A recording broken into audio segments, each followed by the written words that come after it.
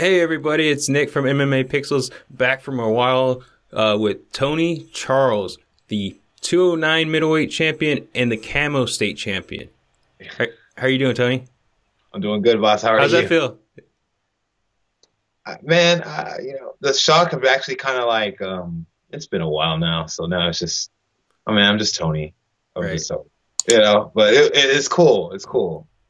You won the belt a while ago, almost a month ago, at 559 Fight 67 against a tough opponent, Albert Gonzales, who only had one defeat before that.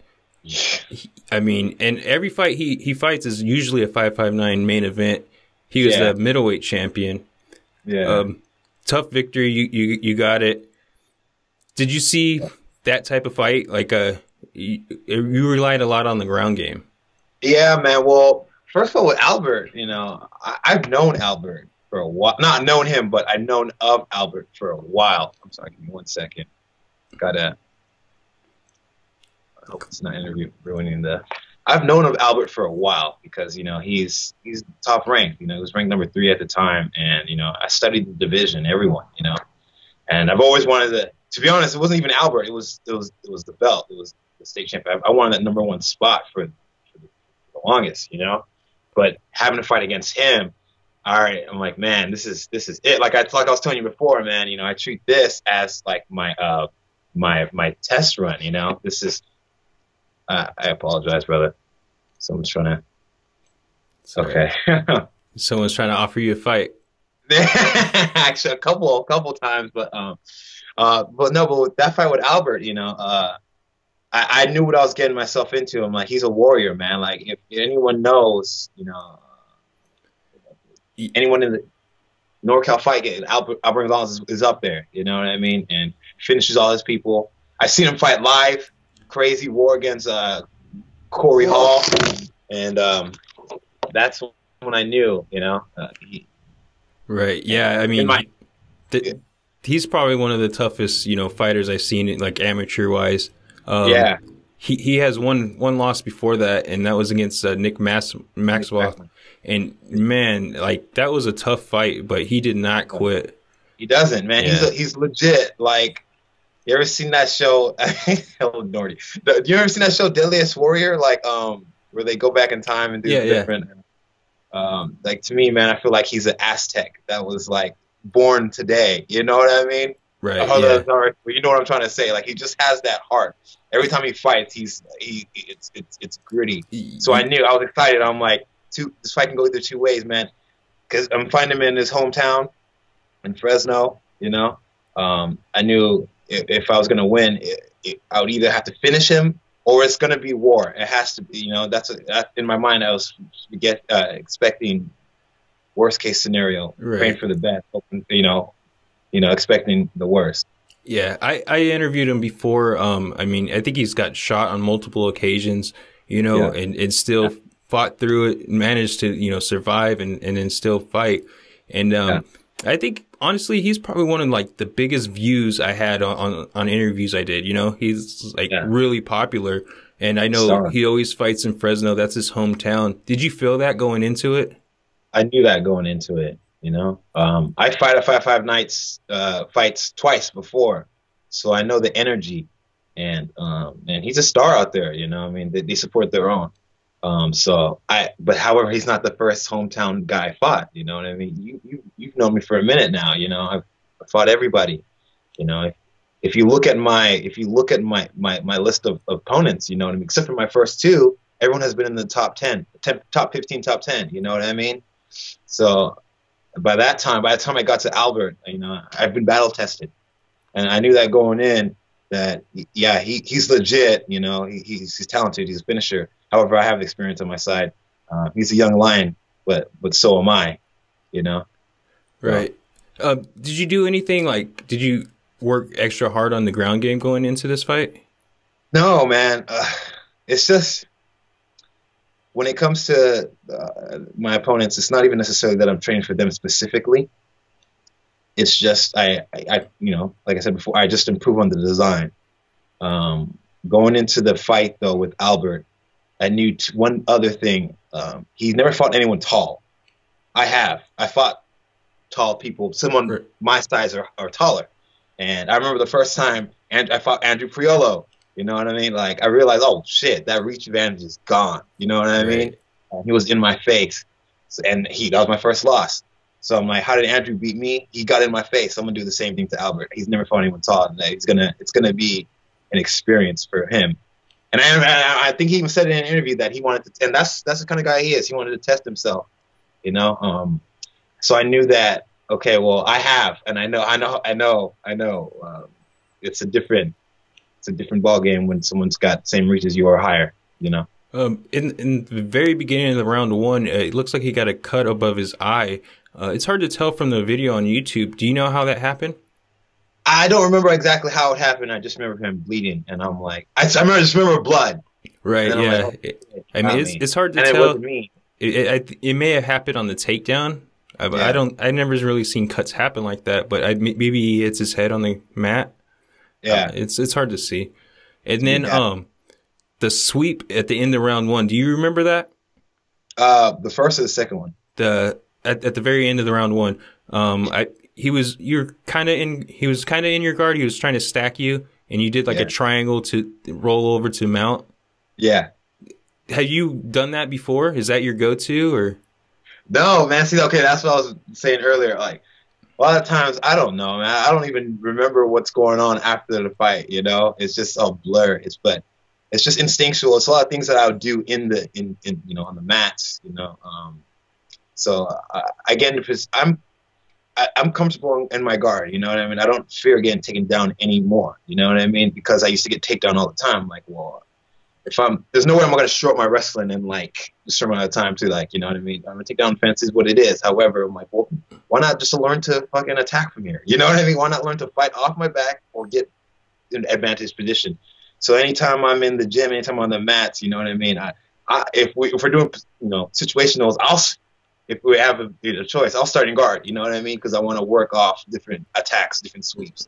Right. And a couple things. If you saw in the before I got the reverse off the cage, I was trying to do an upa sweep. You know what I mean? I'm just looking. That's my mind. It's just like attack. I've been doing jiu-jitsu at AKA, and one of the situations we always do is either I think it's any jiu-jitsu gym, but either sweep or submit. You know what I mean? So that instantly hits the mat. All right, let's go. Sweep or submit.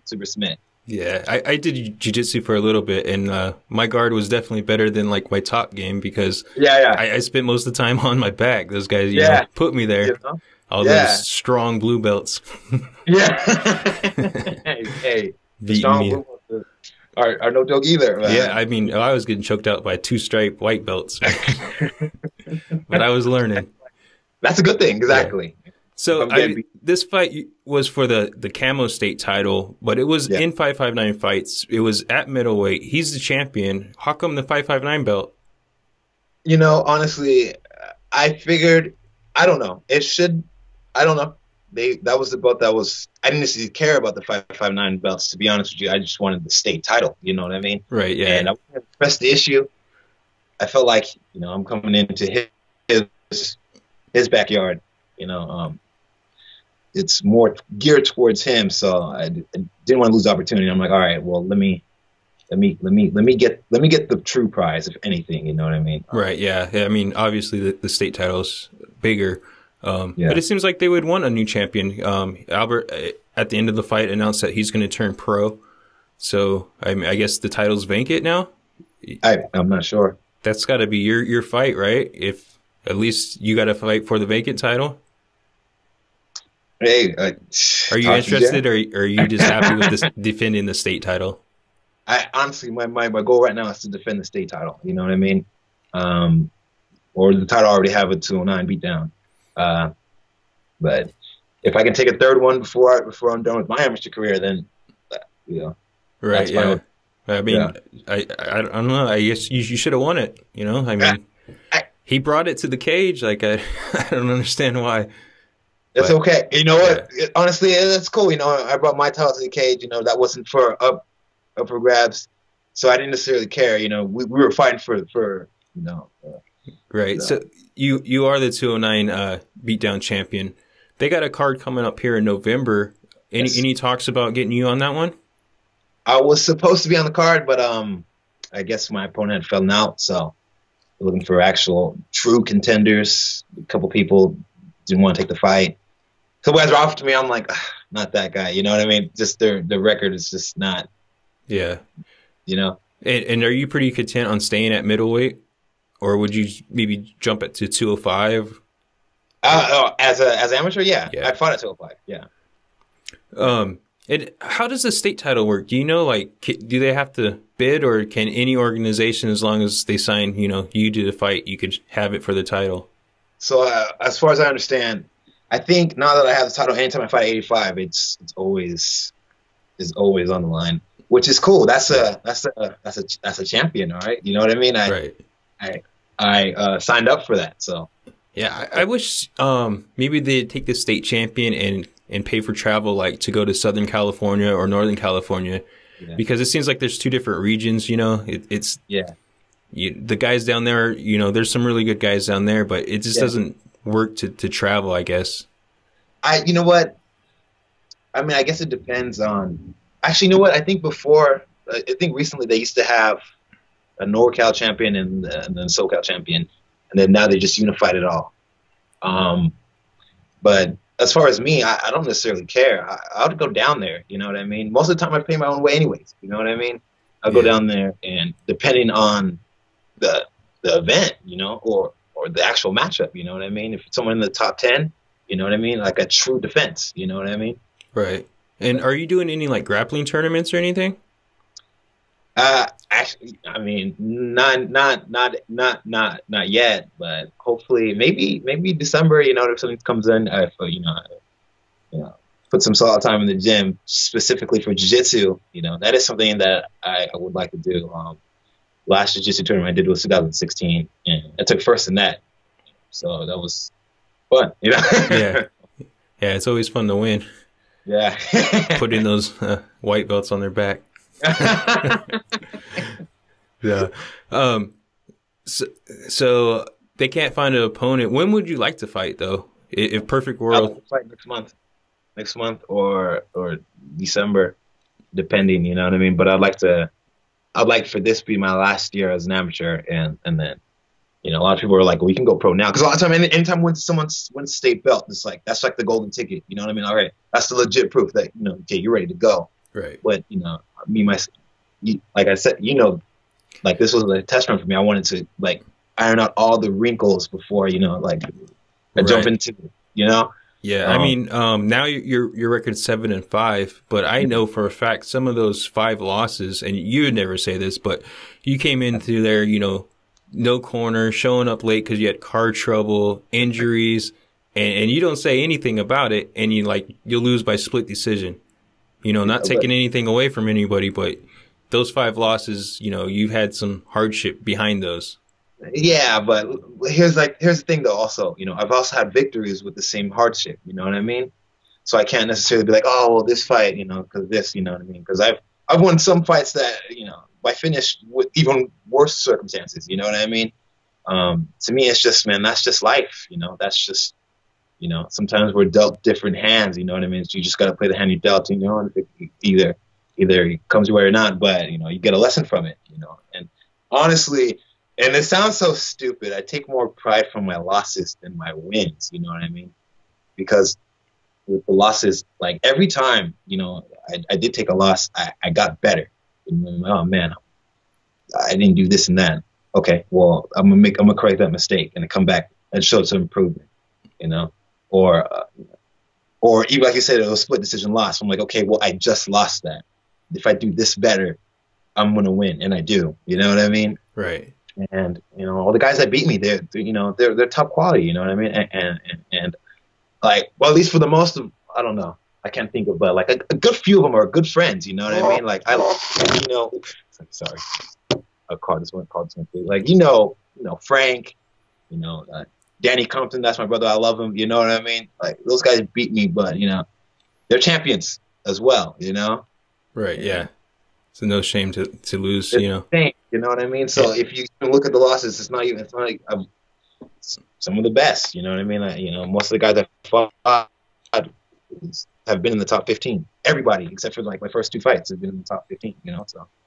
All right, man. I appreciate it, champ. I think we dissected this fight as much as we can. I know at the end of the fight, you dedicated it. I just want to give you the opportunity to relay that message to everyone watching. Yeah, a friend of mine. I met him through my best friend, but you know, we've gotten close to ourselves.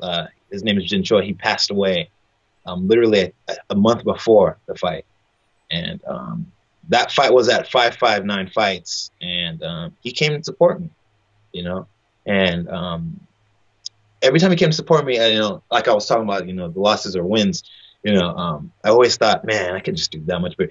Of course, he was there as you know, support as a friend, but like I was like, man, I feel like he didn't get a show, you know what I mean? You know, and then I knew this fight was coming up. I'm like, okay, well, Jin's probably gonna come out too, you know what I mean? This is the one I'm gonna give him a good show. You know, and so, but yeah, rest in peace, Jin Choi. I'm sorry to hear that. Where can the fans connect with you on social media? Oh yeah, Facebook, IG, my Facebook, Tony Charles. IG, I changed my name to Tiger Charles 90. Seems like it's more of a fight name, I guess, but. Yeah, anytime, you know, not necessarily like the post them every day kind of person, but like, right. Yeah. I'll write a comment, I'll follow back maybe, or, you know, comment, talk to you. You're right. I'm going to go break the fourth wall right now. You are absolutely the nicest fighter I've ever spoken with. I'm going to put it out there. There's a lot of great fighters, you know, who are really nice and great people, you know, most of them are. But you are absolutely the nicest guy, Tony. I mean, look, I just thank you.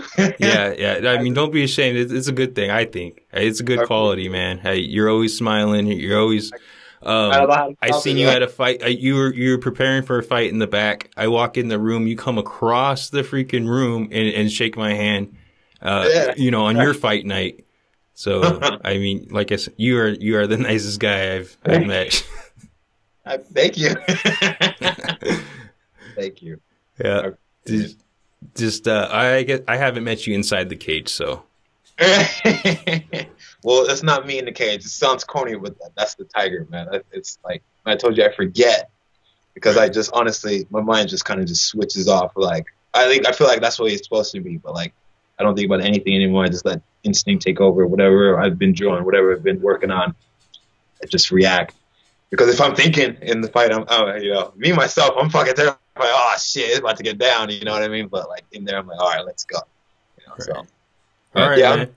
Well, I look forward to. I hopefully someone could step up and get that fight in 209 beatdown. I know I'm going to be there. It's here in Modesto, my hometown. So I'll be there, and hopefully I get to watch you defend the title. You will see me defend the title. I mean, I don't know but this year that title will stay with me and still, and then you know, right after the sunset. I'm joking. All right. The 209 beatdown, middleweight champion, the California State Amateur Champion at middleweight. No one's better. Tony Charles, thank you. Thank you, brother. Appreciate it.